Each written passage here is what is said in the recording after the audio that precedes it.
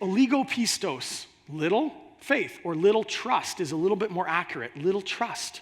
It could mean lacking confidence in him or being kind of just dull to hearing his voice, just not hearing his voice well. He used this term of the disciples when the storm came up. Jesus was sleeping, if you remember, in Matthew 8, a couple chapters ahead of us. The disciples went and woke him up. Lord, save us, we're going to drown.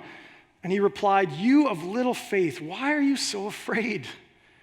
He said it to Peter when Peter was walking on water, right? He had this courage to step out, but then he looked around and saw the wind and the waves around him, and he became afraid. He said, Lord, save me. Jesus reached out his hand and lifted him up, and he said, you of little faith, why did you doubt?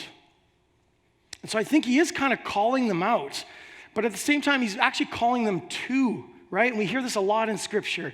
He's still saying they have faith. He said, you have no faith. He didn't say that. He said, you have little faith.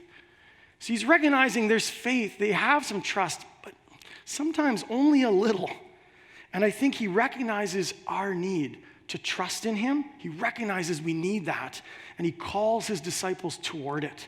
You of little faith, why did you doubt? You of little faith, why are you so afraid? We forget though, right? We forget. We forget that God can be trusted. We forget that he cares for us. We do have little faith many times.